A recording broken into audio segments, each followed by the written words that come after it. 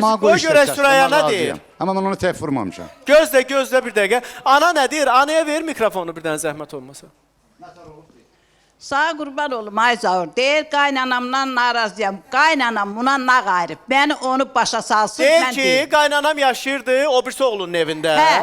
Mənim tikdiyim evdə, ərimin tikdiyi evə gəldi. Gəldi bura, ikimiz bir yerdə əl-ələ verib bu evi tikmişdik. Deyir, gəldi girdi bura. 6 aydır bura girəndən evimizdə qırğındır. Ay qardaş, əl-ələ verib ev tikməyib. Birinci, o heç işləməyib. Mən Müşfiqdəki evi satmışıq, pulu ver, mənim adıma olan evi, pulu vermişəm oğluma. Oğlum da gəlib Müşfiqdən, belə şeydən, güzdəkdən ev tikib.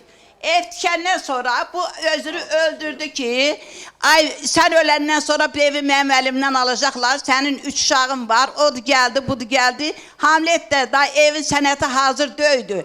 İşığı, suyu, qazı yazdı bunun adına. Zaur, acığı tutan kimi ki ev qonşu da deyir ki, qaynanama deyin, şələpələsini yıxsın.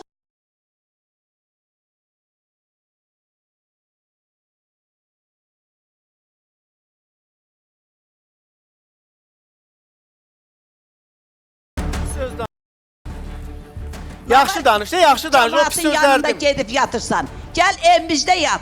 Gəlmədi başına dönüb Zaur. Onun dediyinin 50% düzgün deyil heç. Amma 50% düzdür. Hə, düzgün şeyləri bax, yaxşı şeylərini də danışım. De yaxşı şeylərini. Yaxşı da dolanırdıq, yaxşı da yeyib içirdik, yaxşı da bu adamın bircə xəssiyyəti var. O elə bil 5 ay yaxşı ol, bircə günün pis oldu mu? İçinə elə bil o da çıxdı getdi da, o yoxdur. O yaxşıların Bax hamısını görürsən, aparır. haqqına danışır da. Mən Görürsən düz deyirəm. demir pis adamdır, başdan Düz ayağa deyirəm. pisdir. Yox, mən nə deyirəm, mən haqqına da haqsız danışmıram ki, mən də dediyim səbəb ki, odur Elə ki... bu qaynananın bir yaxşı tərəfi yoxdur. Yox, var, demirəm. Ar müəllim, Sənə sizdən bir qurban dənə də olsun, xahiş yoldaş- edeyim.